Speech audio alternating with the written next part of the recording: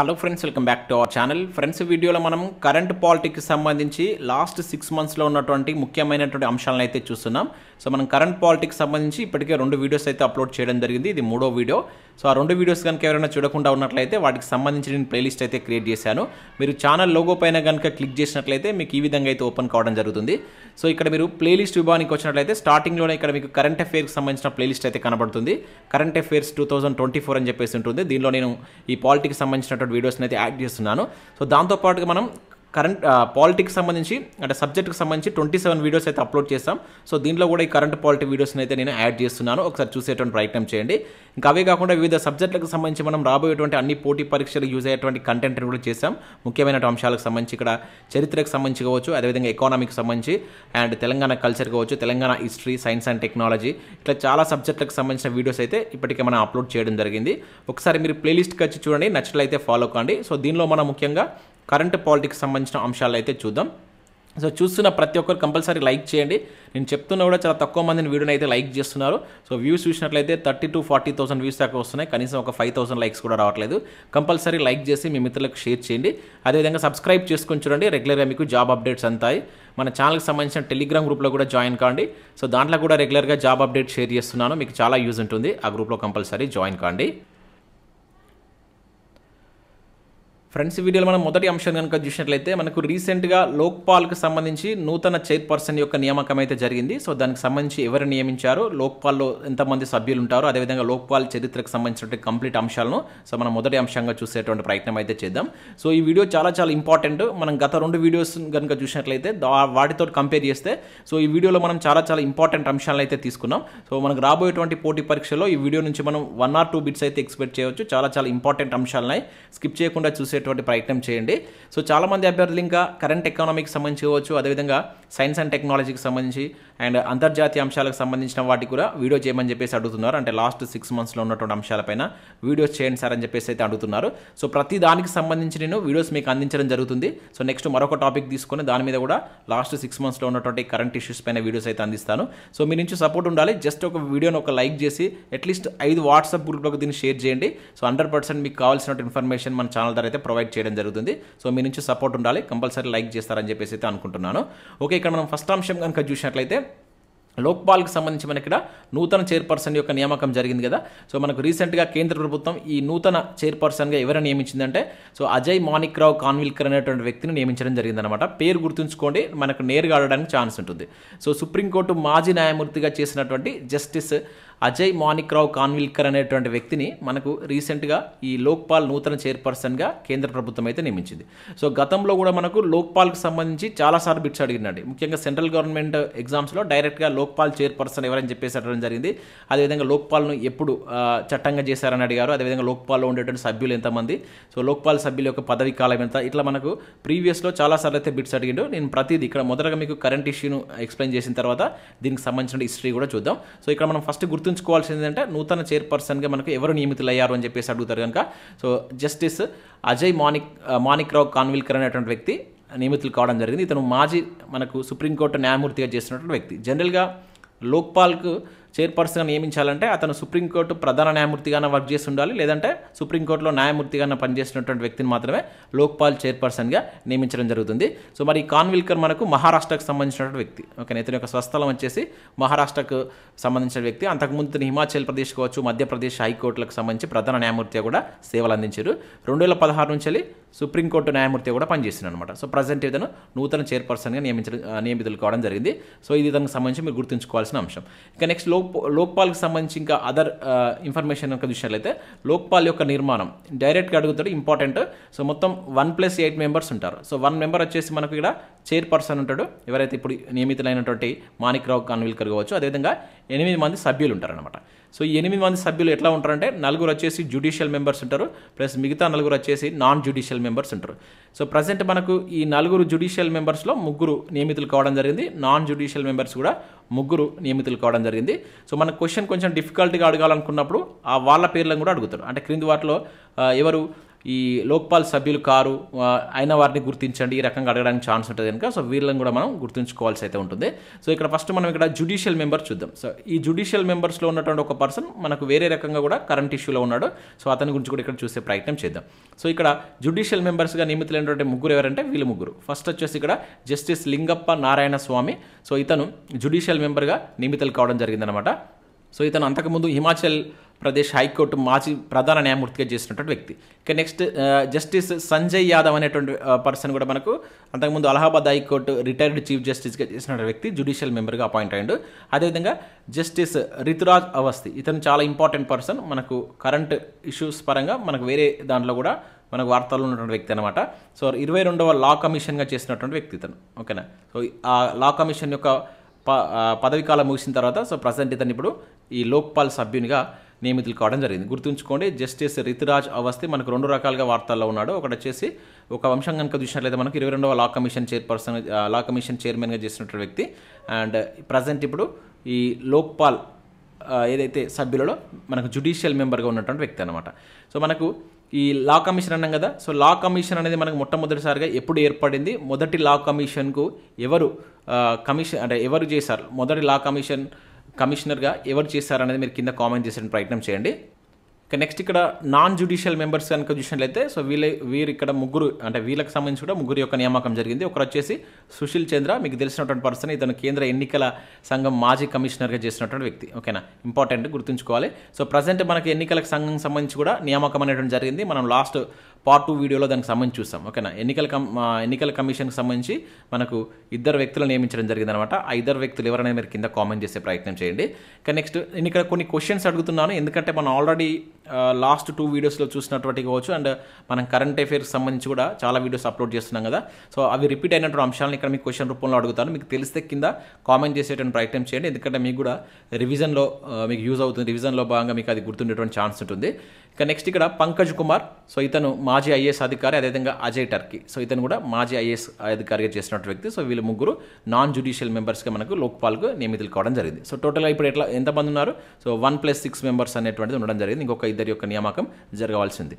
So ఇది నియామకంకి సంబంధించి. ఇక నెక్స్ట్ మనం లోక్పాల్ చరిత్రకు సంబంధించి కనుక చూసినట్లయితే ఇంపార్టెంట్ అండి, మనకు ప్రీవియస్లో ఈ లోక్పాల్ చరిత్రకు సంబంధించి చాలాసార్లు బిట్స్ అడిగింది. సో ప్రతి పాయింట్ మీకు క్లియర్గా ఎక్స్ప్లెయిన్ చేస్తాను.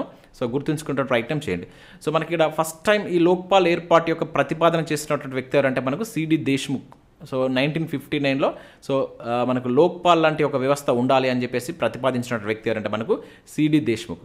సో సిడి దేశ్ముఖ్ ఎవరు, జనరల్గా మన భారతదేశానికి సంబంధించి మొట్టమొదటి ఆర్బీఐ గవర్నర్గా మనకు తెలుసు.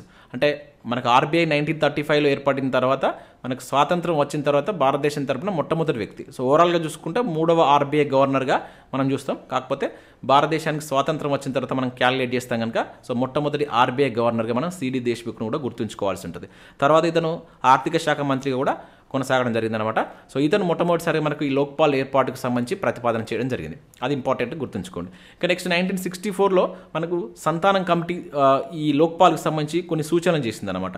ఇది సెంట్రల్లో లోక్పాల్ని ఏర్పాటు చేయాలి, అదేవిధంగా రాష్ట్రాల్లో అయితే లోకాయుక్తను ఏర్పాటు చేయాలని చెప్పేసి మనకు ఇది ఈ సంతానం కమిటీ మనకు అతని నేతృత్వంలో మనకు పాలనా సంస్కరణ సంఘం అనేటువంటిది కేంద్ర స్థాయిలో ఒక కమిటీ ఇస్తారు. సో దానిలో భాగంగా వీటిని ఏర్పాటు చేయాలని చెప్పేసి సూచిస్తుంది. ఇది ఇంపార్టెంట్, మనకి ఏ కమిటీ సూచించింది అని చెప్పేసి నేరుగా బిట్ అడుగుతారండి. ఓకేనా, సంతానం కమిటీ గుర్తుంచుకోండి. ఇప్పుడు 1964లో అయితే ఈ సూచనల మేరకు మనకు ఫస్ట్ టైం 1968లో పార్లమెంట్లో బిల్లు ప్రవేశపెడతారు. ఈ లోక్పాల్కి సంబంధించిన బిల్లు ప్రవేశపెడతారు, కానీ అది పాస్ కాదు. అట్లా చాలాసార్లు బిల్లును పార్లమెంట్లో ప్రవేశపెట్టడం ఆ బిల్లు వీగిపోతుంది. సో లాస్ట్కి మనకు చివరిగా చూసినట్లయితే 2011లో 10వసారి ప్రవేశపెట్టినటువంటి ఈ ఏదైతే లోక్పాల్కి సంబంధించిన బిల్లు అనేటువంటిది చట్టరూపం దాల్స్తుంది. సో ఇక్కడ గుర్తుంచుకోవాల్సింది ఏంది, ఎన్నోసారి ప్రవేశపెట్టినటువంటి బిల్లు మనకు ప్రజెంట్ ఇప్పుడు చట్టంగా ఉందంటే 10వసారి ప్రవేశపెట్టినటువంటి బిల్లు. ఏ సంవత్సరంలో 2011 అంటే మనకు అప్పుడు ఏది యూపీఏ గవర్నమెంట్ హయాంలో మనకు ఈ బిల్లు అనేది ప్రవేశపెట్టడం జరిగింది. అది గుర్తుంచుకోండి. అయితే ఇది 2013లో ఈ బిల్లుకు పార్లమెంట్ ఆమోదం తెలుపుతుంది. సో 11లో ఇది ప్రవేశపెట్టినప్పటికీ సో 2013లో, ఎందుకంటే మనకు 2014 ఎలక్షన్స్ ఉన్నాయి కనుక సో దానికంటే 1 year బిఫోర్ ఇక్కడ ఈ 2013లో ఈ బిల్లుకు ఆమోదం తెలుపుతారన్నమాట. 2014 జనవరి 1 నుంచి ఈ బిల్లు మనకు చట్టరూపం దాల్స్తారన్నమాట. అంటే ఎప్పటి నుంచి అమల్లోకి వచ్చిందంటే 2014 నుంచి ఇది అమల్లోకి వచ్చింది గుర్తుంచుకోండి. ఓకేనా. సో లోక్పాల్ చట్టం పేరు వచ్చేసి మనకి ఎట్లుంటుంది 2013 అని ఉంటుంది. ఓకేనా. ఓకే 2014 జనవరి 16 నుంచి ఈ లోక్పాల్ అండ్ అదేవిధంగా లోకాయుక్త చట్టం 2013 పేరుతోటి ఇది అమల్లోకి వస్తుంది. ఓకేనా, చట్టం పేరు 2013, అమల్లోకి వచ్చింది మాత్రం 2014 అని గుర్తుంచుకోండి. ఎందుకంటే ప్రీవియస్లో ఆ రిలేటెడ్ దానికి అట్లా క్వశ్చన్ మనకు అడగడం జరిగింది అనమాట, ఎప్పుడు ఇది అమల్లోకి వచ్చింది అని చెప్పేసి క్వశ్చన్ అడిగింది కనుక గుర్తుంచుకోండి. ఇంకా నెక్స్ట్ ఇక్కడ దీనికి సంబంధించిన హిస్టరీ కనుక చూసినట్లయితే 2014 జనవరి 6 నుంచి మనకు ఈ లోక్పాల్ కావచ్చు లోకాయుక్త చట్టం 2013 అమల్లోకి వచ్చింది. మీకు ఆల్రెడీ నేను బిఫోర్ స్లైడ్లోనే చెప్పాను. సో లోక్పాల్ చైర్పర్సన్ మరియు సభ్యులను మనకి ఎవరు నియమిస్తారు? రాష్ట్రపతి నియమిస్తాడు. ఇది మనకు ప్రీవియస్ బిట్ అండి. ఓకేనా, సో రాష్ట్రపతి నియమించడం జరుగుతుంది. ఎవరి యొక్క సూచన మేరకు దీనికి ఒక సెలక్షన్ కమిటీ ఉంటుంది. ఆ సెలక్షన్ కమిటీ సిఫారసు మేరకే మనకు రాష్ట్రపతి వీళ్ళను నియమించడం జరుగుతుంది. సో ఇది ఇక్కడ మీరు గుర్తుంచుకోవాల్సిన అంశం, ఇంపార్టెంట్. సో దాంతోపాటు ఇక్కడ మనకు ఈ లోక్పాల్ సభ్యులు ఎవరైతే ఉంటారో వాళ్ళు పార్లమెంట్ కావచ్చు, ఇంకా రాష్ట్రాలలో ఏదైతే అక్కడ ఉన్నటువంటి శాసనసభల్లో కావచ్చు, ఇంకా కేంద్రపాలిత ప్రాంతాల శాసనసభలో సభ్యుడిగా ఉండకూడదు. అట్లీస్ట్ మనకు స్థానిక సంస్థల్లో కూడా అతను సభ్యుడిగా ఉండకూడదు అనమాట. ఓకేనా, అంటే ఎటువంటి రాజకీయాలకు సంబంధం లేనటువంటి వ్యక్తినే ఇక్కడ లోక్పాల్కి సంబంధించిన సభ్యులు కావచ్చు అండ్ చైర్పర్సన్ కావచ్చు నియమించవలసి ఉంటుంది. అది గుర్తుంచుకోండి. మన క్వశ్చన్ కొంచెం డిఫికల్ట్గా అడగాలనుకున్నప్పుడు వీటన్నిటిని అక్కడ యాడ్ చేస్తారండి. అందుకనే మీకు క్లియర్గా ఎక్స్ప్లెయిన్ చేస్తున్నాను, గుర్తుంచుకోండి. ఓకేనా, సో అదేవిధంగా వీళ్ళ యొక్క పదవి కాలం ఎన్ని సంవత్సరాలు ఉంటుంది? 5 years ఉంటుంది. ఇక్కడ ఇవ్వలేదు, 5 years అనేటువంటిది వీళ్ళ పదవి కాలం ఉంటుంది. లేదంటే 70 years, ఓకేనా, నిండే వరకు 70 సంవత్సరాలు పూర్తయ్యే వరకు, లేదంటే 5 సంవత్సరాల యొక్క పదవి కాలం అనేటువంటిది ఉంటుంది. అయితే ఇక్కడ మనకు ఈ లోక్పాల్కి సంబంధించి వీళ్ళు ఫిర్యాదులు తీసుకుంటారు కదా, దానికి సంబంధించినటువంటి ఇయర్ కూడా అడుగుతున్నాడు. అంటే లోక్పాల్ లోకాయుక్తకు సంబంధించి ఫిర్యాదు చేయడానికి కొంత కాల పరిమితి ఉంటుంది అనమాట. ఈ కాల పరిమితికి సంబంధించి మనకు ప్రీవియస్లో బిట్ అడిగిందండి. సో ఈ కాల పరిమితి ఎలా ఉంటుందంటే 7 years. ఓకేనా, 7 సంవత్సరాలు దాటిన ఫిర్యాదులను ఈ లోకాయుక్త అనేటువంటిది స్వీకరించదు. గుర్తుంచుకోండి, 7 సంవత్సరాలు అనేది ఇక్కడ మనం గుర్తుంచుకోవాల్సినటువంటి అంశం. ఓకేనా, అయితే ఇక్కడ దీనికి ఎటువంటి రైట్స్ ఉంటాయంటే ప్రధానితో సహా ఇతర అంతకంటే ఇంకా ఎక్కువ ఉన్నత పదవుల్లో ఉన్నటువంటి వారిపైన కూడా ఆరోపణలను విచారించేటువంటి అధికారం వీళ్ళకు ఉంటుంది. ఓకేనా, అంటే ఈ లోక్పాల్కు ఎవరినైనా కూడా, సో ప్రధాని అంటే మీరు అర్థం చేసుకోవచ్చు. సో ప్రధానితో సహా అంతటి వ్యక్తులు ఉన్నటువంటి వాళ్ళ మీద కూడా ఆరోపణలు వస్తే వీళ్ళు దానిపైన పోయి విచారణ చేయవచ్చు. అయితే ఇక్కడ మనకు కొంత మినహాయింపు ఎక్కడ ఉంటుందంటే ఏదైనా ప్రధాని తీసుకునేటువంటి జాతీయ భద్రత విషయాలు కావచ్చు, ప్రజా భద్రతల అంశాలకు సంబంధించిన వాటిపైన ప్రధాని తీసుకున్నటువంటి నిర్ణయాలు అనేది దీని పరిధిలోకి రావు. దాన్ని ఒక్కదాన్ని ఇక్కడ మినహాయింపు ఇవ్వడం జరిగిందనమాట. అది ఇక్కడ మనం గుర్తుంచుకోవాల్సిన అంశం. ఇంకా దీనికి మనకు సివిల్ కోర్టుకు ఉండేటువంటి అధికారాలు ఉంటాయి. అంటే క్రిమినల్కి సంబంధించినవి కాకుండా ఇక్కడ మనం గుర్తుంచుకోవాల్సింది, సో సివిల్ కోర్టుకి ఏ రకమైనటువంటి అధికారాలు ఉంటాయో లోక్పాల్కి అధికారాలు ఇవ్వడం జరిగింది. ఇది ఇంపార్టెంట్, ఇది కూడా మనకు ప్రీవియస్లో బిట్ అడిగిన గుర్తుంచుకోండి. సో మరి ఈ లోక్పాల్ యొక్క చైర్పర్సన్ యొక్క జీతం ఎట్లుంటుందంటే సుప్రీంకోర్టు ప్రధాన న్యాయమూర్తి యొక్క జీతంతో సమానంగా ఉంటుంది. సో సుప్రీంకోర్టు ప్రధాన న్యాయమూర్తి యొక్క శాలరీ ఎంత ఇప్పుడు ప్రజెంట్ కింద మీరు కామెంట్ చేసేటువంటి ప్రయత్నం చేయండి. సేమ్ అదే శాలరీ మనకు లోక్పాల్ యొక్క చైర్పర్సన్ యొక్క శాలరీ కింద అయితే ఉంటుంది అనమాట. సో ఇది మనకు లోక్పాల్కి సంబంధించి మీకు కంప్లీట్ డీటెయిల్ ఇన్ఫర్మేషన్ అయితే ఎక్స్ప్లెయిన్ చేయడం జరిగింది. సో ప్రతి పాయింట్ మీరు గుర్తుంచుకునే ప్రయత్నం చేయండి. మనకు క్వశ్చన్ కొంచెం డిఫికల్ట్గా అడగాలనుకున్నప్పుడు సో అక్కడ నుంచి ఏ పాయింట్ అయినా తీసుకొని అక్కడ మనకు యాడ్ చేయవచ్చు. అందుకనే నేను ఒక్క పాయింట్ కూడా మిస్ కాకుండా అక్కడ మీకు ఎక్స్ప్లెయిన్ చేయడం జరిగింది. నెక్స్ట్ అంశం కనుక చూసినట్లయితే ఎలక్టోరేట్ బాండ్ల పథకాన్ని రీసెంట్గా మనకు సుప్రీంకోర్టు అయితే కొట్టివేయడం జరిగింది. సో దీనికి సంబంధించి సెకండ్ అంశం కింద అయితే మనం చూద్దాం. ఇది చాలా ఇంపార్టెంట్ అంశం అండి. ఈసారి మనం బిట్ ఎక్స్పెక్ట్ చేయవచ్చు. ఎందుకంటే ప్రజెంట్ మనకు లోక్సభ ఎన్నికలు జరుగుతున్నాయి. సో దానిలో భాగంగా కాంగ్రెస్ పార్టీ ముఖ్యంగా మనకు బీజేపీని వ్యతిరేకిస్తున్నటువంటి విధానంలో ఈ ఎలక్టోరేట్ బాండ్ల పథకం అనేటువంటిది ఒక కుంభకోణం అని చెప్పేసి ఆరోపిస్తుందన్నమాట. సో ఈ నేపథ్యంలో మనకు ప్రజెంట్ మన తెలంగాణలో కూడా కాంగ్రెస్ పార్టీ అనేటువంటి అధికారంలో ఉంది కనుక సో దీనిపైన మనకు రాబోయేటువంటి పోటీ పరీక్షల్లో క్వశ్చన్ అడడానికి ఛాన్స్ ఉంటుంది కనుక సో ప్రతి అంశాన్ని మీరు గుర్తుంచుకున్న ప్రయత్నం చేయండి. నేనైతే ఇది ఎక్స్పెక్ట్ చేస్తున్నాను. ఏదో ఒక ఎగ్జామ్లో ఈ ఎలక్టోరేట్ బాండ్ల పథకం నుంచి క్వశ్చన్ అడడానికి ఎక్కువగా ఛాన్స్ అయితే ఉన్నాయి. జాగ్రత్తగా గుర్తుంచుకునే ప్రయత్నం చేయండి. సో ప్రతిదీ నేను ఇక్కడ క్లియర్గా ఎక్స్ప్లెయిన్ చేస్తాను. అయితే రీసెంట్గా మనకు ఈ ఎలక్టోరేట్ బాండ్ల పథకాన్ని సుప్రీంకోర్టు కొట్టివేసింది. అందుకని మనకి ఇది వార్తల్లో ఉంది. ఎప్పుడు కొట్టివేసింది? ఇది 2024 ఫిబ్రవరి 15న ఈ పథకాన్ని మనకు సుప్రీంకోర్టు కొట్టివేసింది. సో అది కొట్టివేస్తూ ఏమని చెప్పింది? ఇది వాక్ స్వతంత్రం కావచ్చు, అదేవిధంగా భావ ప్రకటన స్వేచ్ఛ, అదేవిధంగా సమాచార హక్కును ఉల్లంఘిస్తుందంటూ సో మనకు సుప్రీంకోర్టు ధర్మాసనం దీన్ని రద్దు చేస్తూ ఏకగ్రీవ తీర్మానం అనేటువంటిది వెలువరించడం జరిగిందనమాట. సో ఎందుకు ఇట్లా అంటే సో ఈ వాక్ స్వతంత్రం, భావ ప్రకటన అండ్ అదేవిధంగా సమాచార హక్కును ఎందుకు ఉల్లంఘిస్తుందని చెప్పిందంటే సో ఎలక్టోరేట్ బాండ్ల ద్వారా ఎవరైతే విరాళాలు ఇస్తున్నటువంటి వాళ్ళ యొక్క డేటా అనేటువంటిది వాళ్ళు గోప్యంగా ఉంచుతున్నారు. సో ఇది ప్రాథమిక హక్కులకు విరుద్ధం అని చెప్పేసి చెప్తూ సో ఈ రకంగా తీర్పుని ఇవ్వడం జరిగిందనమాట. ఇంకా దాంతోపాటు మనకి ఇంకా ఏం మెన్షన్ చేసింది? సో మనకు ప్రజాప్రాతినిధ్య చట్టం, ఇది ప్రజాప్రాతినిధ్య చట్టం మిస్టేక్ పడిందండి. ప్రజాప్రాతినిధ్య చట్టం 1951 ద్వారా అప్పుడు మనకి ఎప్పుడైతే ఈ 2018లో ఈ ఎలక్టోరేట్ బాండ్ల పథకాన్ని తీసుకొచ్చేటప్పుడు కొన్ని సవరణలు చేశారు. సో ఈ 1951లో సెక్షన్ 29కి ఒక సవరణ చేశారు. అదేవిధంగా కంపెనీ చట్టానికి సంబంధించి కావచ్చు, ఆదాయ పన్ను చట్టానికి సంబంధించి కొన్ని సవరణలు చేయడం జరిగిందనమాట. ఎందుకంటే ఈ ఎలక్టోరేట్ బాండ్లకు ఎవరైతే విరాళాలు ఇస్తున్నారో వాళ్ళని ఈ ఆదాయ పన్ను చట్టం నుంచి మినహాయింపు ఇవ్వడం జరిగింది. సో అందుకు గాను కొన్ని సవరణలు చేశారు. ఆ సవరణలు కూడా ఆ మార్పులు ఏవైతే చేసినటువంటి మార్పులను కూడా రద్దు చేస్తూ మనకు సుప్రీంకోర్టు తీర్పునిచ్చింది. సో దాంతోపాటుగా సుప్రీంకోర్టు చెప్పిందంటే, సో ఇవన్నీ మనకు దీని యొక్క అధికృత బ్యాంక్ అంటే ఈ బాండ్లు జారీ చేసేటువంటి అధికృత బ్యాంక్ ఏంటంటే మనకి ఎస్బీఐ. సో ఎస్బీఐ కూడా మనకు ఈ పథకం స్టార్ట్ అయినప్పటి నుంచి ఇప్పటి వరకు ఉన్నటువంటి మొత్తం ఆ లిస్టు అంటే ఏ కంపెనీ ఎంత అమౌంట్ ఇచ్చింది అండ్ ఏ పార్టీకి ఎంత విరాళాలు అందాయి అనేటువంటి లిస్టు కూడా మార్చి 6 వరకు ఇవ్వాలని చెప్పేసి ఆ తీర్పులో చెప్పడం జరిగిందనమాట. సో వీటికి సంబంధించిన ఇన్ఫర్మేషన్ కూడా చూద్దాం. అంటే ఎస్బీఐ ఇచ్చినటువంటి ఆ డేటాలో ఏ పార్టీకి ఎంత విరాళాలు అందాయి, అదేవిధంగా ఏ కంపెనీలు ఎక్కువ విరాళాలు ఇచ్చాయి అనేది కూడా ఇంపార్టెంట్. ఆ రకంగా కూడా మనకు అడుగుతారు. సో అది కూడా చూద్దాం. ఓకేనా. సో ఇది మనకు ఈ అంశం పరంగా ఇది వార్తల్లో ఉందన్నమాట. అయితే ఇది మనకి ఇది కోర్టులోకి ఏ విధంగా కేసు రూపంలో వచ్చింది, దానికి సంబంధించినటువంటి ఫస్ట్ వాదనలు ఎట్లా జరిగాయని చూద్దాం. ఇక్కడ దానికి సంబంధించిన కారణాలు కనుక మనం చూసినట్లయితే, సో మొదటగా మనకి ఇక్కడ ఈ అసోసియేషన్ ఫర్ డెమోక్రటిక్ రిఫార్మ్స్ అనేటువంటి సంస్థ, సో ఇది మనకేంటంటే వీళ్ళు ఈ స్వేచ్ఛాయుత అదేవిధంగా న్యాయబద్ధమైనటువంటి ఎన్నికలను ఇది ప్రభావితం చేస్తుంది, ఈ పథకం అనేటువంటిది. సో ఇది ప్రభావితం చేస్తుందని చెప్పేసి ఇది ఒక లాభాపేక్షలైనటువంటి సంస్థ అనమాట. సో వీళ్ళు కోర్టులో కేసు వేశారు. సో వాళ్ళతో పాటుగా కామన్ కాజ్ కావచ్చు, సిపిఐ లాంటి పార్టీలు కూడా మనకు సుప్రీంకోర్టులో పిటిషన్ దాఖలు చేయడం జరిగిందనమాట. సో ఇది కరెక్ట్ కాదు, సో ఇది ముఖ్యంగా న్యాయబద్ధమైనటువంటి ఎన్నికలను ప్రభావితం చేస్తుందని చెప్పేసి వారు కోర్టులో కేసు వేశారు. అయితే దానికి సంబంధించి మనకు సుప్రీంకోర్టు 2017లో సుప్రీంకోర్టు కేంద్ర ఎన్నికల కమిషన్కు ఒక నోటీస్ జారీ చేసింది. సో 2019లో మనకు సెంట్రల్ దీనికి సంబంధించి రెస్పాండ్ కావడం జరిగిందనమాట. సో సెంట్రల్ గవర్నమెంట్ కూడా ఏప్రిల్ 2న ఈ పథకాన్ని సమర్థిస్తూ మరొక కౌంటర్ యొక్క అఫిడవిట్ అని అక్కడ దాఖలు చేసింది అనమాట. ఇది కరెక్టే. సో మేము ఎట్లా చెప్పింది అది, సో వాళ్ళు పారదర్శకంగా రాజకీయ పార్టీల యొక్క నిధులను సమకూర్చడం కోసమే మేము ఈ పథకాన్ని తీసుకొచ్చినాం. సో దీనివల్ల ఎటువంటి ప్రాబ్లం ఏమి ఉండదు అని చెప్పేసి ఒక కౌంటర్ను ఒక అఫిడవిట్ అని దాఖలు చేయడం జరిగిందనమాట. సో దానిపైన సుప్రీంకోర్టు విచారణ చేపట్టి సో 2023 అక్టోబర్ 16న విచారణ చేపట్టిందనమాట. సో ధర్మాసనం దాన్ని తీసుకొని దానిపైన విచారణ చేపట్టి సో మనకు ఫైనల్గా ఇప్పుడు 2024 ఫిబ్రవరి 15న సో దీది కరెక్ట్ కాదు అంటూ మీకు ఆల్రెడీ స్టార్టింగ్లో చెప్పాను కదా. సో ఈ పాయింట్స్ని మెన్షన్ చేస్తూ సో దీన్ని మనకు కొట్టివేయడం జరిగిందనమాట. సో ఇది ఈ కేసుకి సంబంధించినటువంటి అంశాలు.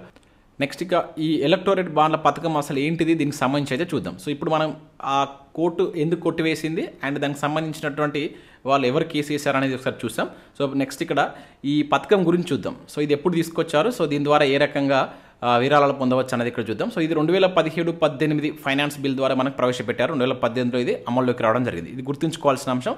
సో ఎలక్టోరేట్ బాండ్ల పథకం ఎప్పుడు ప్రవేశపెట్టారు, ఎప్పుడు అమల్లోకి వచ్చిందని చెప్పేసి మనకు నేరుగా అడగడానికి ఛాన్స్ ఉంటుంది. 2018 అని చెప్పేసి గుర్తుంచుకోండి. ఇక నెక్స్ట్ ఇది ఎందుకు తీసుకొచ్చారు, దీని యొక్క మెయిన్ ఉద్దేశం ఏంటని అంటాడు. ఓకేనా. దీని యొక్క లక్ష్యం ఏంటంటే రాజకీయ విరాళాల యొక్క పారదర్శకతను పెంపొందించడం, ఎన్నికల్లో నల్లధనం యొక్క ప్రభావాన్ని అరికట్టాలనే ఉద్దేశంతో 2018లో మనకు సెంట్రల్ గవర్నమెంట్ ఈ ఎలక్టోరేట్ బాండ్ల పథకాన్ని తీసుకొచ్చింది. సో దీని యొక్క లక్ష్యం అయితే ఈ ఎలక్టోరేట్ బాండ్లను ఏ విధంగా ఇవ్వచ్చు, 1000 రూపాయల నుంచి స్టార్ట్ చేస్తే 1 కోటి వరకు ఇవ్వచ్చు అనమాట. ఓకేనా. 1000 రూపాయలు 10,000 కావచ్చు అండ్ అదేవిధంగా 1 crore 1 lakh కూడా సో వీటి జారీ చేస్తాను అనమాట. ఓకేనా.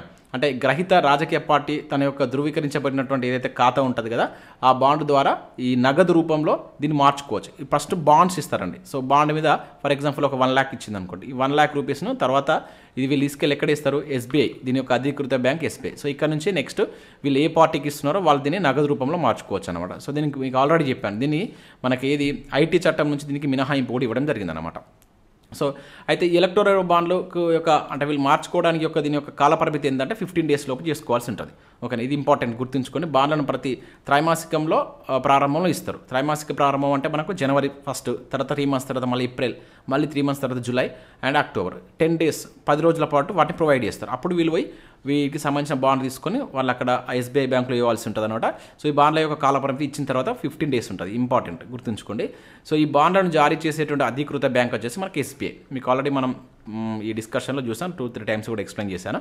సో ఇది దీనికి సంబంధించిన అనమాట గుర్తుంచుకోవాల్సిన అంశాలు. ఈ పథకానికి సంబంధించి ఎప్పుడు తీసుకొచ్చారు అండ్ దీనికి ఎట్లా ఇంప్లిమెంట్ చేస్తారు అనేది.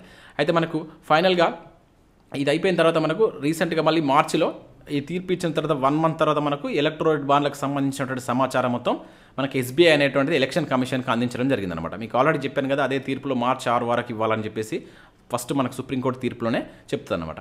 అయితే ఎంత మనీ ఏ పార్టీకి వచ్చినాయి, మొత్తం ఎంత ఎలక్టోరేట్ బాండ్ల ద్వారా ఎంత మనీ వచ్చిందనేది ఇక్కడ మనం గుర్తుంచుకోవాల్సి ఉంటుంది. సో మొత్తం 16,518 రూపాయల విరాళాలు అనేటువంటిది ఎలక్టోరేట్ బాండ్ల ద్వారా రావడం జరిగింది. ఇది గుర్తుంచుకోవాల్సినటువంటి ఫిగర్ మనం ఇంపార్టెంట్. ఓకేనా.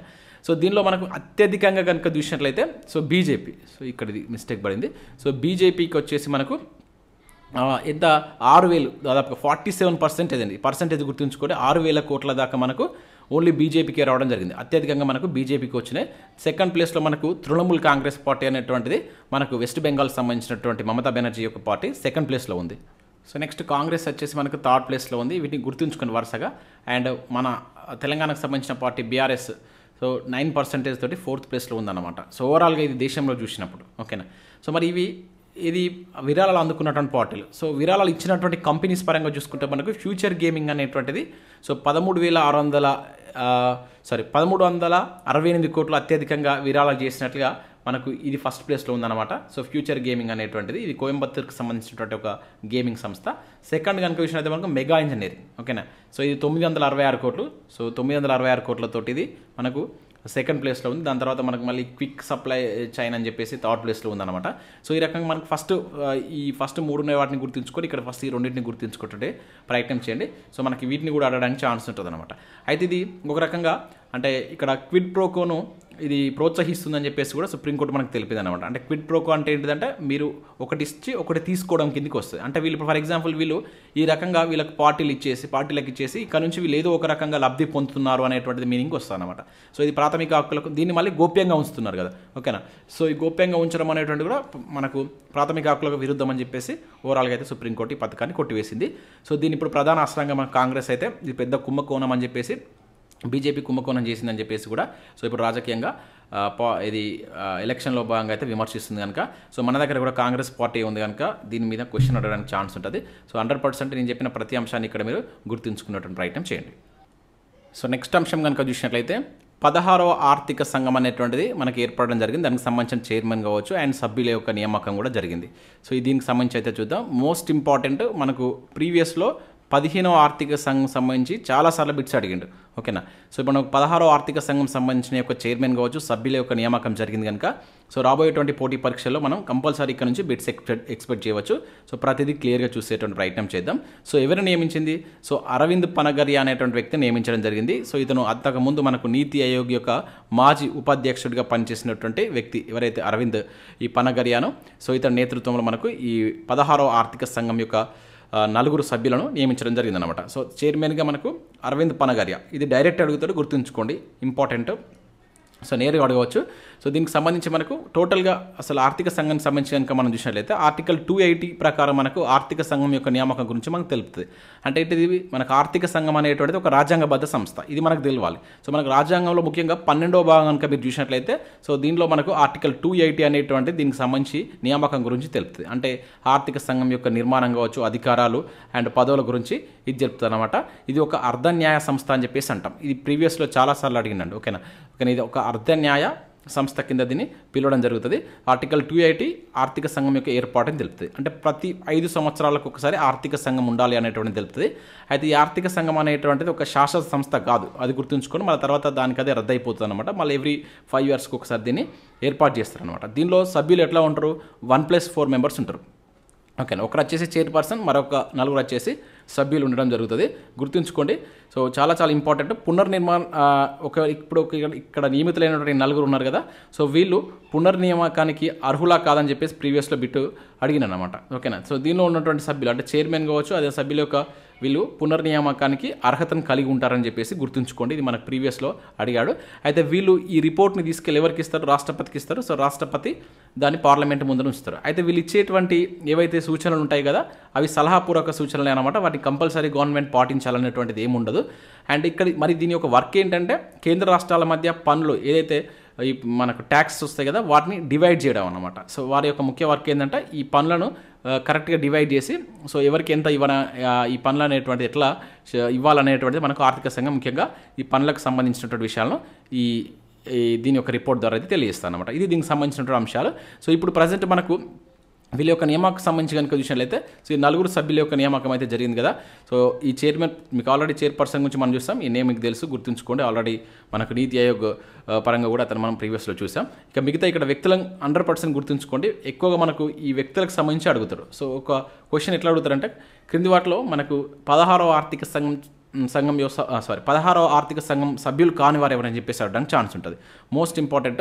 సో ఇక్కడ చూసినట్లయితే మనకు అజయ్ నారాయణ్ జూ అనేటువంటి పర్సన్. సో ఇతను వచ్చేసి 15వ ఆర్థిక సంఘ సభ్యుడిగా, అదేవిధంగా ఆర్థిక శాఖలో మనకు ఇది వ్యయ విభాగ కార్యదర్శి కూడా పనిచేసిండు. అంటే 15వ దానికి కూడా పనిచేసిండు. ఇక్కడ మీరు గుర్తుంచుకోవాల్సింది ఏంటిది అంటే పునర్నియామకానికి అర్హులు అన్నమాట కదా.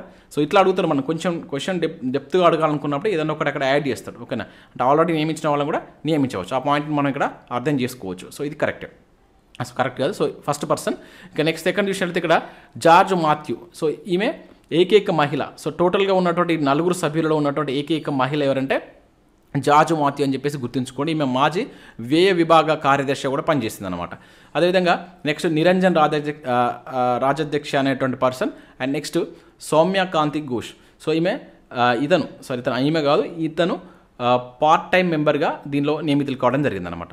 అయితే ఇక్కడ మనం కన్ఫ్యూజ్ ఎక్కడ అవుతామంటే, ఇక్కడ పేరు చూడండి, సౌమ్యకాంతి ఘోష్ అంటే మనం ఇది ఫీమేల్ నేమ్ అనుకుంటాం, జార్జ్ మాథ్యూ అనేటువంటిది మేల్ అనుకోవడానికి ఛాన్స్ ఉంటుంది. అందుకని ఇక్కడ ఏకైక మహిళని ఎందుకు మెన్షన్ చేశారంటే అడగడానికి ఛాన్స్ ఉంటుంది. సో మనకు 16వ ఆర్థిక సంఘంలో ఉన్నటువంటి ఏకైక మహిళ ఎవరని చెప్పేసి అడగవచ్చు. ఎవరు? జార్జ్ మాథ్యూ అని చెప్పేసి గుర్తుంచుకోండి. సో పార్ట్ టైం మెంబర్ ఎవరు? సౌమ్యకాంతి ఘోష్ అనేటువంటి పర్సన్. దీనికి సంబంధించి పార్ట్ టైం మెంబర్గా అతను నియమితులు కావడం జరిగింది. ఇతను మనకి ఎస్బీఐ గ్రూప్స్ ఉంటాయి కదా, చీఫ్ ఎకనామిక్ అడ్వైజర్ కూడా చేసినటువంటి వ్యక్తి అనమాట. వీళ్ళు ఈ నలుగురు వ్యక్తులకు సంబంధించిన ఒకటి ఇంపార్టెంట్ గుర్తుంచుకోండి. ఇక వీళ్ళతో పాటుగా మనకు దీనికి సంబంధించినటువంటి కార్యదర్శి కూడా నియామకం జరిగింది. సో అది చాలా ఇంపార్టెంట్, అడగడానికి ఛాన్స్ ఉంటుంది. సో 16వ ఆర్థిక సంఘం యొక్క కార్యదర్శి ఎవరు నియమితులయ్యారంటే రంజనం పాండే అనేటువంటి వ్యక్తి నియమితులు కావడం జరిగింది. ఇది చాలా ఇంపార్టెంట్ అంటే అడగవచ్చు. సో ఇంతకుముందు చూసిన నలుగురు సభ్యులు. సో ఇతను వచ్చేసి కార్యదర్శి. ఫస్ట్ వచ్చిన పర్సన్ మనకు చైర్పర్సన్. ఓకేనా. ఇక నెక్స్ట్ ఈ నివేదిక ఇప్పుడు 2025 అక్టోబర్ 31 వరకు వీళ్ళు ఇవ్వాలని చెప్పేసి కేంద్రం దానికి సంబంధించినటువంటి గడువు అయితే ఇచ్చిందనమాట. 2025 అక్టోబర్ 31 వరకు ఇది సమర్పించాలి ఈ కమిటీ. సో 16 ఆర్థిక సంఘం యొక్క కాల పరిమితి ఎప్పటి నుంచి స్టార్ట్ అవుతుంది అంటే 2026 ఏప్రిల్ 1 నుంచి 5 years వరకు ఉంటుంది. ఇది ఇంపార్టెంట్. కాల పరిమితి మనకు డైరెక్ట్గా అడగడానికి ఛాన్స్ ఉంటుంది. 2026 ఏప్రిల్ 1 నుండి దీని యొక్క కాలపరిమితి అనేటువంటిది స్టార్ట్ కావడం జరుగుతుంది. సో ఇవి వీటికి సంబంధించినటువంటి ఇంపార్టెంట్ అంశాలు. ముఖ్యంగా సభ్యులు ఎవరు అనేది మనకు ఎక్కువగా ఫోకస్ చేస్తాడు, అది గుర్తుంచుకోండి. అదేవిధంగా కాలపరిమితి కావచ్చు. అండ్ ఇక్కడ మనం ఇంకొన్ని డిస్కస్ చేస్తాం కదా, దీనిలో ఉన్నటువంటి ఏకైక మహిళ ఎవరు అండ్ పార్ట్ టైం మెంబర్గా దీనిలో ఎవరున్నారు. అదేవిధంగా ఈ ఆర్టికల్ 280 గురించి మీకు కొంత ఇన్ఫర్మేషన్ ఎక్స్ప్లెయిన్ చేశాను కదా, సో వాటి గురించి కూడా అడుగుతారు. అంటే ఈ కమిటీ తన యొక్క రిపోర్ట్ని ఎవరికి ఇస్తుంది అండ్ ఇవి ఇచ్చేటువంటివి కంపల్సరీ పాటించకూడదు అని చెప్పేసి మనకు ప్రీవియస్లో చాలాసార్లు బిట్స్ అడిగిండు. సో పాటించవలసిన అవసరం లేదు. ఇవి ఒక సలహాపూర్వక నియామకాలకి అంటే సిఫారసుల కింద చూడవచ్చు అనమాట. సో అట్లా వాటికి సంబంధించిన అంశాలు మీరు గుర్తుంచుకుంటున్న ప్రయత్నం చేయండి. ఇది మనకు 16వ ఆర్థిక సంఘానికి సంబంధించినటువంటి ఇన్ఫర్మేషన్. ఫ్రెండ్స్, మన ఛానల్ ద్వారా టీఎస్పీఎస్సీ గ్రూప్ 2 కావచ్చు, గ్రూప్ 1కి సంబంధించినటువంటి టెస్ట్ సిరీస్ అనేది మన యాప్లోకి తీసుకురావడం జరిగింది. సో ఇవన్నీ మేము ఒక టాపిక్ వైజ్గా డేట్ వైజ్ అయితే టెస్ట్లు అయితే అప్లోడ్ చేస్తున్నాం. ఇప్పటికే చాలా టెస్ట్లు అప్లోడ్ చేస్తాం. ఆ టెస్టులు మీరు మళ్ళీ రాసుకోవచ్చు. ఒక టెస్ట్ని ఎన్నిసార్లనే రాసుకోవచ్చు. మీరు మొబైల్లో రాసుకోవచ్చు, ల్యాప్టాప్లో రాసుకున్నటువంటి ఫెసిలిటీ అయితే ఉంటుంది. ప్రతి క్వశ్చన్ మీకు తెలుగులో అదేవిధంగా ఇంగ్లీష్ మీడియంలో ఉంటుంది. ప్రతి ప్రశ్నకు వివరణ ఉంటుంది. పూర్తి సిలబస్ కవర్ అయ్యే విధంగా మనం ఈ టెస్ట్ సిరీస్లో అయితే తీసుకురావడం జరిగింది. మీకు గ్రూప్ 1 అయితే 250 రూపీస్ ఉంది, గ్రూప్ 2 అయితే 290. చాలా తక్కువ కాస్ట్లో చాలా మంచి కంటెంట్ అయితే మన టెస్ట్ సిరీస్ ద్వారా అయితే అందించడం జరుగుతుంది. అండ్ తెలంగాణ ఉద్యమ చరిత్ర సపరేట్గా కావాలనుకుంటే 10 గ్రాండ్ టెస్ట్లు తీసుకొచ్చాం, 149 రూపీస్. దీనిలో మీకు ఫుల్ వీడియో కోర్స్ వస్తుంది, హ్యాండ్ రైటింగ్ నోట్స్ కూడా అందిస్తున్నాం. ఇంకా డైలీ ఫ్రీ టెస్ట్ కండక్ట్ చేస్తున్నాం. 6 months రివిజన్ కరెంట్ అఫైర్స్లో భాగంగా మీరు మన యాప్లో జాయిన్ అయినా లేదంటే టెలిగ్రామ్లో జాయిన్ అయినా కూడా అక్కడ నుంచి మీరు వీటిని ఫ్రీగా రాసుకోవచ్చు. యాప్లో అయితే మినిమం 2 రూపీస్ తోటి దీన్ని మీరు పర్చేస్ చేయాల్సి ఉంటుంది. ఇక TSPSC group 2 economy video explanation test series కూడా తీసుకొచ్చాం. ఇంకా దాంతోపాటుగా కరెంట్ అఫైర్స్ సంబంధించినటువంటి 3 months సంబంధించినటువంటి కావచ్చు. ఇంకా అదే కాకుండా జనరల్ స్టడీస్కి సంబంధించిన షార్ట్ హ్యాండ్ రైటింగ్ నోట్స్ కావచ్చు, అండ్ సోషాలజీకి సంబంధించి జాగ్రఫీకి సంబంధించిన షార్ట్ హ్యాండ్ రైటింగ్ నోట్స్ కావచ్చు. ఇంకా వివిధ సబ్జెక్టులకు సంబంధించిన కోర్సెస్ కూడా ఉన్నాయి. ఒకసారి మీరు మన యాప్ డౌన్లోడ్ చేసుకుని చెక్ చేయండి. చాలా తక్కువ ప్రైస్లోనే బెస్ట్ కంటెంట్ అయితే అందిస్తున్నాం. ప్రతి దానికి అక్కడ ఫ్రీ కంటెంట్ ఉంటుంది. చూసిన తర్వాత నచ్చితే కోర్సులు అయితే తీసుకోండి.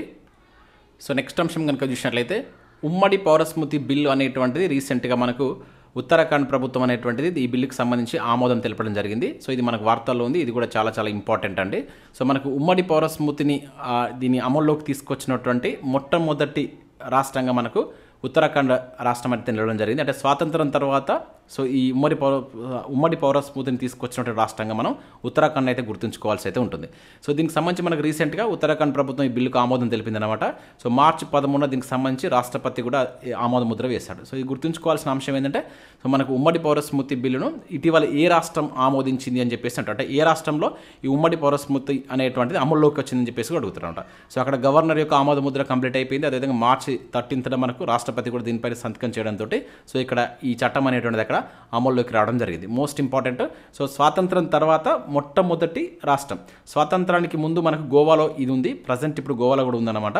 సో కాకపోతే స్వాతంత్రం వచ్చిన తర్వాత ఈ ఉమ్మడి పౌర స్మృతిని తీసుకొచ్చినటువంటి మొట్టమొదటి రాష్ట్రంగా మనం ఉత్తరాఖండ్ను గుర్తుంచుకోవాల్సి అయితే ఉంటుంది. అయితే దీనికోసం మనకు అక్కడ ఉన్నటువంటి ఉత్తరాఖండ్ ప్రభుత్వం మనకు ఎవరైతే పుష్కర్ సింగ్ ధామి ప్రజెంట్ అక్కడ సీఎం కొనసాగుతున్నాడు.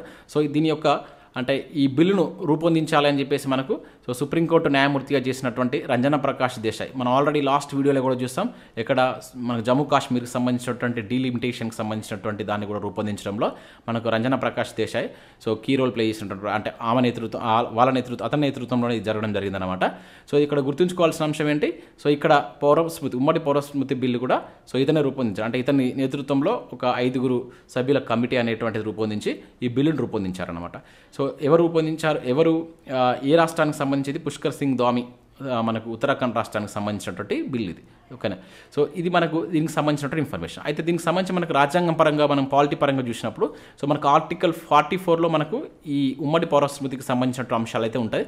ఇంపార్టెంట్, మనకు ప్రీవియస్లో చాలాసార్లు అడిగినండి ఉమ్మడి పౌరస్మృతి ఈ క్రింది ఏ ఆర్టికల్ తెలుపుతుంది, అంటే ఉమ్మడి పౌరస్మృతి గురించి ఈ క్రింది ఏ ఆర్టికల్ తెలుపుతుందని చెప్పేసి మనకు చాలాసార్లు పెట్టడం జరిగింది. సో ఇక్కడ గుర్తుంచుకోవాల్సిన అంశం ఇది. అయితే దీని యొక్క ముఖ్య ఉద్దేశం ఏంటంటే, ఉమ్మడి పౌరస్మృతి యొక్క ముఖ్య ఉద్దేశం ఏంటంటే మన భారతదేశం చూసినప్పుడు పౌరులందరికీ వారి మతంతో సంబంధం లేకుండా ఏకరీతి చట్టాలను మతంతో సంబంధం లేకుండా ఏకరీతి చట్టాలను ఏర్పాటు చేయడం. అండ్ ప్రస్తుతం మనం చూసినట్లయితే ఈ వివాహం, విడాకులు, వారసత్వం ఇవి ఉన్నాయి కదా, సో ఇవి పర్సనల్ లా అన్నమాట. అంటే వాళ్ళ మతం ఆధారంగా ఇవి నిర్వహించబడుతున్నాయి. అంటే ఈ బిల్లు కనుక అమల్లోకి కనుక వచ్చినట్లయితే ఈ కులం అదేవిధంగా మతం సంబంధించినటువంటి ఎటువంటి లేకుండా ఒకే నిబంధన కిందకి ఇవన్నీ వస్తాయన్నమాట. ముఖ్యంగా వివాహం సంబంధించి మీరు విడాకులకు సంబంధించి వారసత్వం కనుక చూసినట్లయితే ముస్లిమ్స్ కావచ్చు, హిందువుల్లో అండ్ కొన్ని మతాలలో డిఫరెంట్ లాస్ ఉన్నాయన్నమాట. అంటే వాళ్ళ యొక్క అక్కడ ఏంది పర్సనల్ లాను యూజ్ చేసుకుంటా అది చేస్తున్నారు. సో అది అట్లా ఉండకుండా ఏకరీతి చట్టాలను తీసుకురావాలనే ఉద్దేశం మనకు ఈ ఆర్టికల్ 44లో ఉంటుందన్నమాట. సో అది మనకి ఇది ఉత్తరాఖండ్ తీసుకొచ్చినటువంటి పౌరస్మృతి ఉమ్మడి పౌరస్మృతి బిల్లో ఉన్నటువంటి అంశాలు అనమాట. అంటే ఆర్టికల్ 44 కూడా మనకు అదే తెలుపుతుంది. అయితే వీళ్ళ బిల్లో ఉన్నటువంటి కొన్ని అంశాలు ఏంటనేది ఇక్కడ మనం చూసేటువంటి ప్రయత్నం చేద్దాం. సో ఇక్కడ ఈ బిల్లో ఉన్నటువంటి ముఖ్యమైన అంశాలు, సో ఇవి కూడా మనకు నేరుగా అడగడానికి ఛాన్స్ ఉంటుంది. సో దీనిలో చాలా ఇంపార్టెంట్ పాయింట్ ఏంటంటే ఈ బిల్లు అనేటువంటిది గిరిజనులకు వర్తించదు. ఎందుకంటే గిరిజనుల యొక్క చట్టాలు మనకు వాళ్ళ యొక్క సంస్కృతి కావచ్చు, వాళ్ళ యొక్క జీవన విధానం డిఫరెంట్గా ఉంటుంది కనుక సో ఈ గిరిజనులకు సంబంధించి ఈ బిల్లు వర్తించదు. ఇది మోస్ట్ ఇంపార్టెంట్ పాయింట్, మనం కన్ఫ్యూజ్ చేసేటువంటి పాయింట్ గుర్తుంచుకోండి. సో అక్కడ మనకు సరి అయినది సరికాంది అని అడిగినప్పుడు ఇది అక్కడ మెన్షన్ చేస్తాడు. ఓకేనా.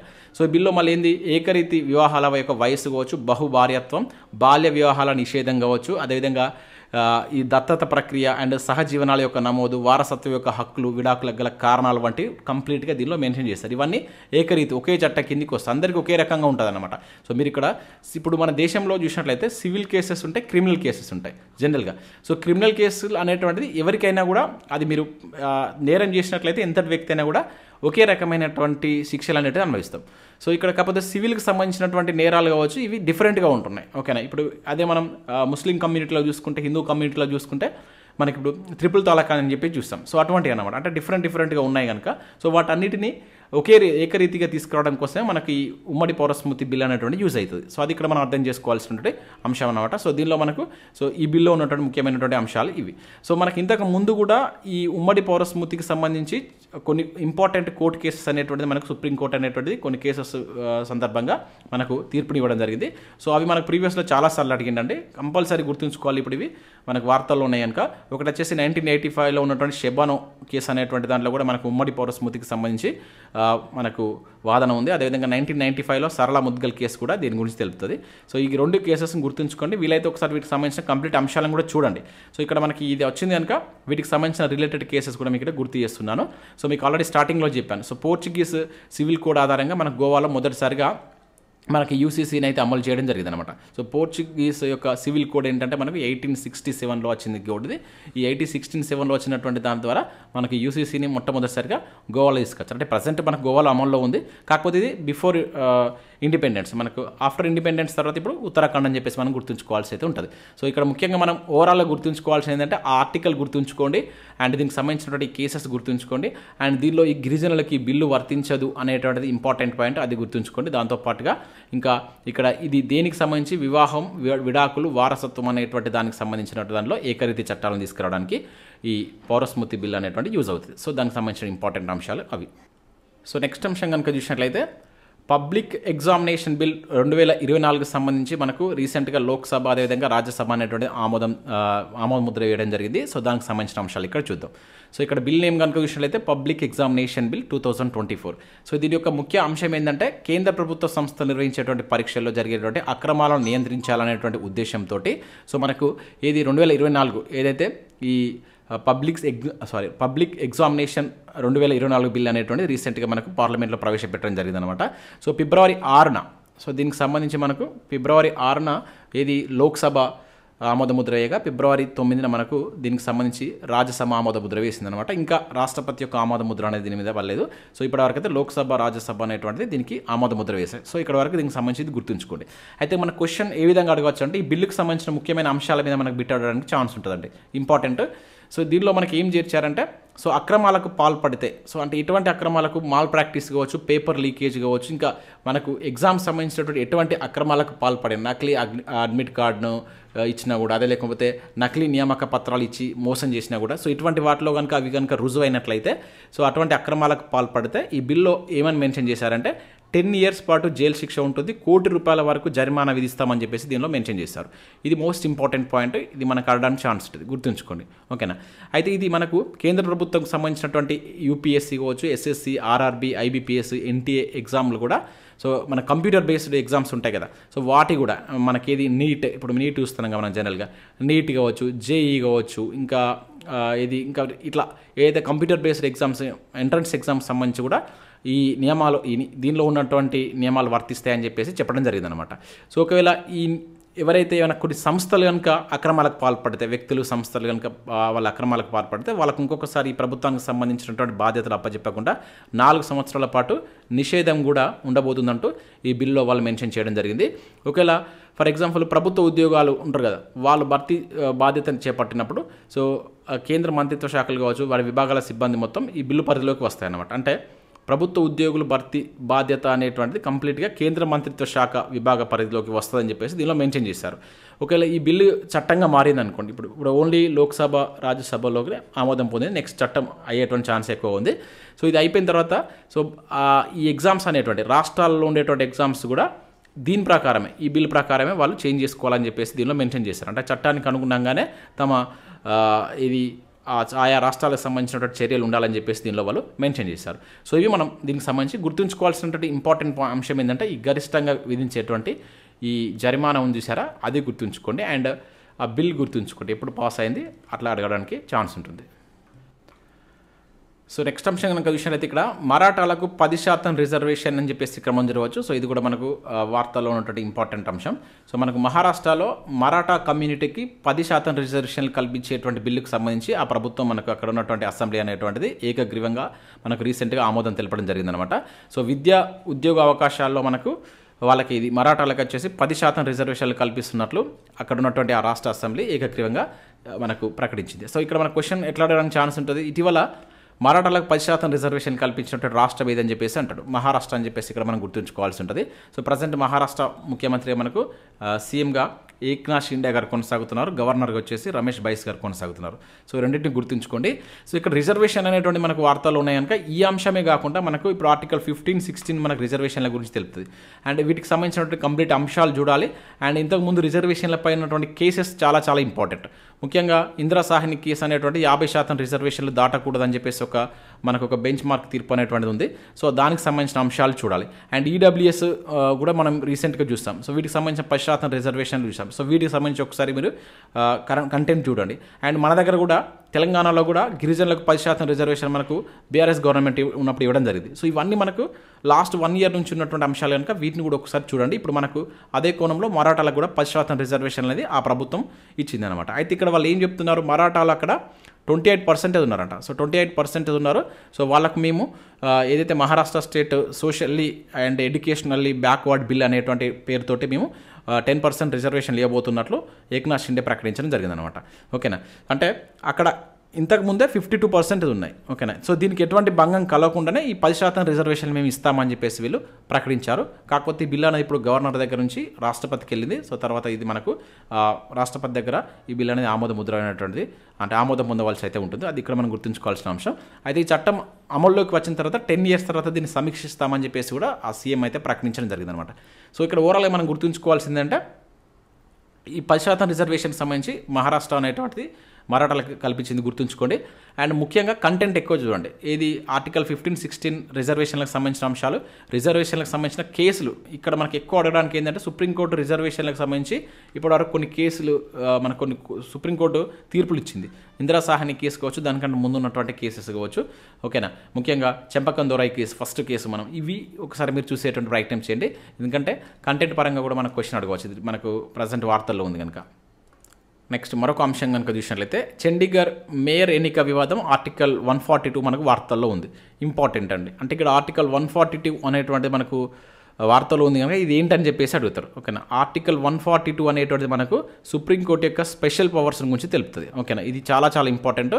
ఆర్టికల్ 142 దేని గురించి తెలుపుతుంది నేరుగా అడుగుతారు. ఓకేనా, సో ఇది వచ్చేసి సుప్రీంకోర్టు యొక్క స్పెషల్ పవర్స్ గురించి తెలుపుతుంది. సో జనరల్గా మనకు ఆర్టికల్ 123 నుంచి వెళ్ళి, ఓకేనా, ఆర్టికల్ 123 నుంచి 147 వరకు కనుక చూసినట్లయితే మనకు సుప్రీంకోర్టు యొక్క నిర్మాణం కావచ్చు, అధికారాల విధుల గురించి ఉంటుంది. సారీ, ఆర్టికల్ 123 అనేది మనకు ఆర్డినెన్స్ కదా, 124 నుంచి 147 వరకు ఉంటుంది. ఇది మనకు ఇది ఆర్డినెన్స్ పవర్. ఓకేనా, రాష్ట్రపతికి ఉండేటువంటి ఆర్డినెన్స్ పవర్స్ ఇది. సో 124 నుంచి 147 మనకు సుప్రీంకోర్టుకు సంబంధించిన అంశాల గురించి మనం చూస్తాం. సో దీనిలో భాగంగా 142 అనేటువంటిది మనకు సుప్రీంకోర్టు యొక్క స్పెషల్ పవర్స్ అనేటువంటిది తెలుపుతుంది. అయితే ఇది ఇప్పుడు ఎందుకు వార్తల్లో ఉందని ఒకసారి చూద్దాం. సో దీనికి గల కారణం ఏంటంటే మనకు చండీగఢ్లో జరిగినటువంటి మేయర్ ఎన్నిక వివాదం అనేటువంటిది మనకు ఇది వార్తల్లోకి తీసుకొచ్చినటువంటి అంశం అన్నమాట. అయితే అక్కడ జరిగినటువంటి మేయర్ ఎన్నికల సందర్భంగా Aam Aadmi party and BJP అభ్యర్థికి మధ్య ఈ ఎన్నికలు జరిగినప్పుడు సో దీనిలో మనకు జనరల్గా ఆమ్ ఆద్మీ పార్టీకి సంబంధించినటువంటి అభ్యర్థికి ఎక్కువ ఓట్లు వస్తాయి. ఓకేనా, ఇతనికి ఎక్కువ ఓట్లు రావడం జరుగుతుంది. సో కాకపోతే బీజేపీ అభ్యర్థికి సంబంధించి తక్కువ ఓట్లు వస్తాయి ఆ అభ్యర్థికి. ఓకేనా, కాకపోతే అక్కడ ఉన్నటువంటి ఎవరైతే ఈ ఎన్నికల రిటర్నింగ్ అధికారి ఉంటారు కదా, ఓకేనా, సో ఈ రిటర్నింగ్ అధికారి ఏం చేస్తారంటే సో ఇది ఆమ్ ఆద్మీ పార్టీకి వచ్చినటువంటి కొన్ని బ్యాలెట్ పేపర్స్ అవి చెల్లయ్య అని చెప్పేసి కొట్టిపడేస్తారు అనమాట. కొట్టేసి సో బీజేపీకి సంబంధించిన అభ్యర్థి గెలిచాడని చెప్పేసి ప్రకటిస్తారు. అప్పుడు ఈ ఆమ్ ఆద్మీ పార్టీకి సంబంధించినటువంటి వాళ్ళు వెళ్ళి సుప్రీంలో కేసు వేసారు దీనిపైన. సో సుప్రీంలో కేసు వేసినప్పుడు సుప్రీంకోర్టు దీనిపైన విచారణ చేపట్టి సో ఇది రిటర్నింగ్ అధికారిదే తప్పు, ఓకే, ఈ రిటర్నింగ్ అధికారి తప్పు చేశాడని చెప్పేసి సో ఆర్టికల్ 142 ద్వారా సుప్రీంకోర్టు తన యొక్క స్పెషల్ పవర్స్ను ఉపయోగించుకోవచ్చు అని చెప్తూ సో ఆమ్ ఆద్మీ పార్టీ అభ్యర్థినే మేయర్గా ప్రకటించింది. చూడండి ఇక్కడ చాలా చాలా ఇంపార్టెంట్. అంటే ఒక వ్యక్తిని కూడా ఇక్కడ ఇది ఈ 142 ప్రకారం సో ఇక్కడ ఓడిపోయినటువంటి వ్యక్తి, అంటే ఇక్కడ ఓడిపోయినటువంటి వ్యక్తి అనేది ఎక్కువ వచ్చిన మనకు ఓట్ల పరంగా చూసుకుంటే ఎక్కువ వచ్చినటువంటి వ్యక్తే, కాకపోతే అక్కడ అక్రమాలకు పాల్పడ్డాడు అని చెప్పేసి రుజువైంది కనుక సో సుప్రీంకోర్టు దాన్ని క్యాన్సిల్ చేసి మళ్ళీ ఇతన్ని ఎవరైతే ఆమ్ ఆద్మీ పార్టీకి సంబంధించిన అభ్యర్థి గెలిచాడని చెప్పేసి ప్రకటించింది అనమాట. సో ఇదంతా మనకు ఎక్కడ ఉంది, ఆర్టికల్ 142లో ఉంటుంది అనమాట. ఇటువంటి నిర్ణయాలు తీసుకునే అధికారం సుప్రీంకోర్టుకు ఉంటుందని ఉంటుంది. సో అది మనం ఇక్కడ గుర్తుంచుకోవాల్సినటువంటి ఇంపార్టెంట్ అంశం. సో ఆర్టికల్ 142 వార్తల్లో ఉంది కనుక ఇది ఏంటిది అని చెప్పేసి మనకు నేరుగా బిట్ అడడానికి ఛాన్స్ ఉంటుంది. అది మీరు ఇక్కడ గుర్తుంచుకునేటువంటి ప్రయత్నం చేయండి. సో నెక్స్ట్ అంశం కనుక విషయాలైతే గోదావర్మన్ కేసు మనకు వార్తల్లో ఉంది. 1996 సంబంధించినటువంటి కేసు ఇది. సో ఇక్కడ స్పెల్ మిస్టేక్ పడుతుంది, ఇక్కడ రాశాను గోదావర్మన్ 1996 అని చెప్పేసి ఉంటుంది. సో ఇది మనకు రీసెంట్గా వార్తల్లో నిలిచింది. ఏ పరంగా మనకు వార్తల్లో నిలిచిందని చూద్దాం, చాలా ఇంపార్టెంట్ ఇది. సో మనకు ఏదైతే ఫారెస్ట్ కన్జర్వేషన్ యాక్ట్ ఉంది కదా, దీన్నే మనం ఏమంటాం అటవీ సంరక్షణ చట్టం అని చెప్పేసి అంటాం. సో ఈ అటవీ సంరక్షణ చట్టం మనకు 1980లో రావడం జరిగింది. అయితే దీనికి సంబంధించి రీసెంట్గా మనకు కేంద్ర ప్రభుత్వం కొన్ని సవరణలు చేసింది. దీనిలో ఉన్నటువంటి కొన్ని వాటిని సవరిస్తూ మనకు రీసెంట్గా సవరణ చట్టాన్ని అయితే తీసుకొచ్చింది అనమాట. సో ఆ సవరణలు ఏంటంటే జూ పార్కులు కావచ్చు, సఫారీ పార్కులు అనేటువంటి అడవి పరిధి కిందికి రావు అని చెప్పేసి ఒక సవరణ తీసుకొచ్చింది.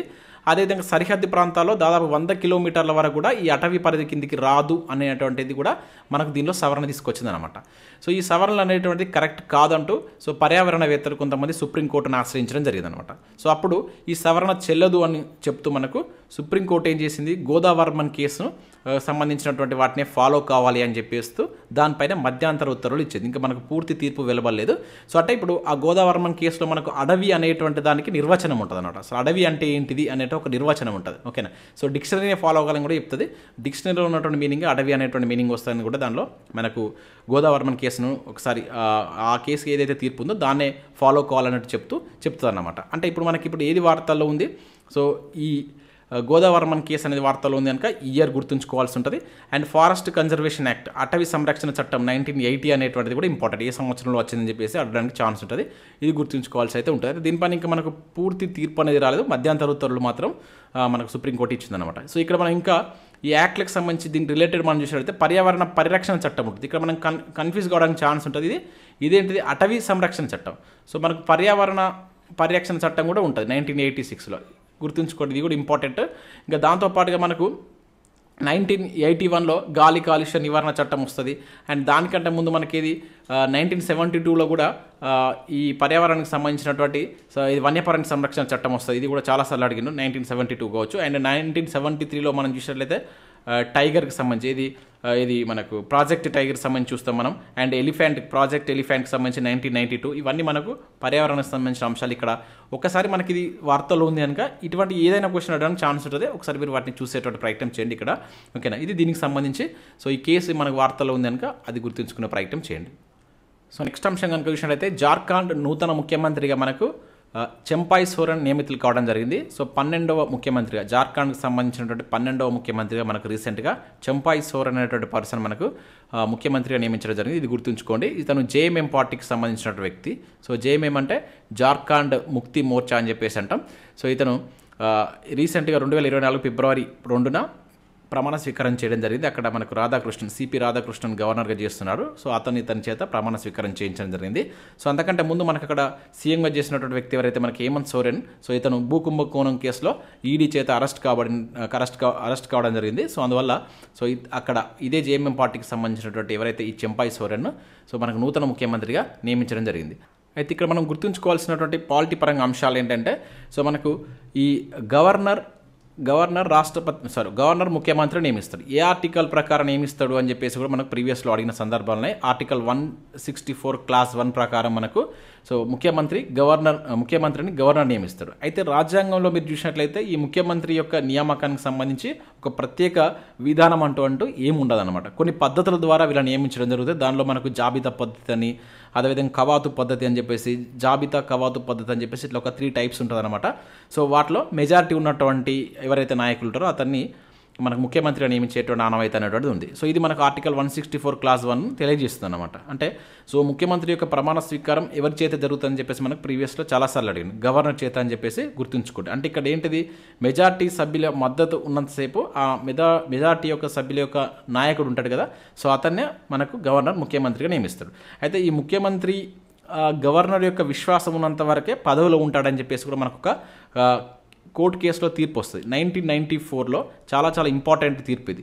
ఇదేంటంటే మనకు S R Bommai versus union of India case కనుక చూసినట్లయితే, సో ముఖ్యమంత్రి రాష్ట్ర శాసనసభలో మనకు ఈ మెజార్టీ మద్దతు ఉన్నంత వరకే అతను పదవి నుంచి తొలగించకూడదు. అంటే ఆ శాసనసభలో అతనికి మెజార్టీ ఉన్నట్లయితే అతను తొలగించకూడదు అని చెప్పేసి 94లో మనకు ఎస్ఆర్ బొమ్మాయి కేసు అనేటువంటిది తీర్పునిస్తుంది. చాలా ఇంపార్టెంట్, గుర్తుంచుకోండి. సేమ్ ఇదే అంశాన్ని మనకు సర్కారియా కమిషన్ కూడా చెప్తుంది అనమాట.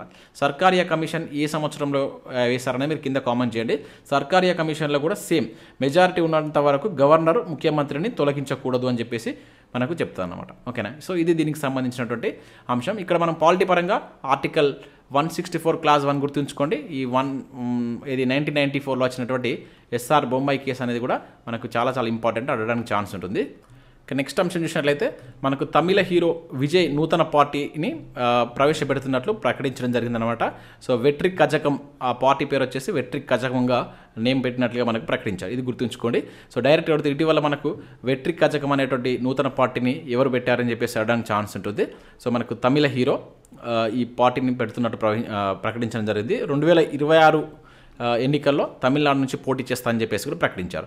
అయితే ఇక్కడ మనం పాలిటీ పరంగా గుర్తుంచుకోవాల్సిన అంశం ఏంటంటే ఏదైనా ఒక కొత్త పార్టీ కనుక పెడుతున్నప్పుడు అది మనకు ప్రజాప్రాతినిధ్య చట్టం 1951 ప్రకారం సో దానిలో మనకు సెక్షన్ 29A కింద ఎన్నికల సంఘం వద్ద వీళ్ళు రిజిస్ట్రేషన్ చేసుకోవాల్సి ఉంటుంది. సో ప్రజాప్రాతినిధ్య చట్టం అనేది ఇక్కడ మీరు గుర్తుంచుకుంటున్న ప్రయత్నం చేయండి. దాంతోపాటుగా మనకు రాజకీయ పార్టీలకు సంబంధించిన అంశం కనుక సో ఒక రాజకీయ పార్టీ అనేటువంటిది రాష్ట్ర పార్టీగా గుర్తింపు పొందాలి అంటే ఏ రకంగా గెలవాలి, అండ్ అదేవిధంగా కేంద్ర పార్టీగా గుర్తింపు పొందాలి అంటే ఏ రకంగా, అంటే జాతీయ పార్టీగా గుర్తింపు పొందాలంటే ఏ రకమైన మెజార్టీ రావాలని ఒకసారి మీరు చూడండి. అది మన previous group 1 bit TSPSC conduct bit అనమాట. సో ఇవి మనకు ఈ వీడియోకి సంబంధించిన అంశాలు. ఇంకా మనకు చాలా అంశాలు ఉన్నాయి. సో నెక్స్ట్ మరొక పార్ట్లో మరికొన్ని అంశాలు చూసేటువంటి ప్రయత్నం అయితే చేద్దాం. సో వీడియో చూసిన ప్రతి ఒక్కరు కంపల్సరీగా లైక్ చేయండి, మీ మిత్రులకు షేర్ చేయండి, అండ్ సబ్స్క్రైబ్ చేసుకొని చూడండి. రెగ్యులర్గా మీకు అప్డేట్స్ అంతాయి. మన యాప్ను డౌన్లోడ్ చేసుకోండి. చాలా యూస్ఫుల్ కంటెంట్ అయితే మేము చాలా తక్కువ ప్రైస్లో అందించడం జరుగుతుంది. ఒకసారి మీరు యాప్లోకి వెళ్ళి చూడండి. నచ్చినట్లయితే వాటికి సంబంధించిన కోర్సులు అయితే తీసుకోండి. Thanks for watching. Thank you everyone.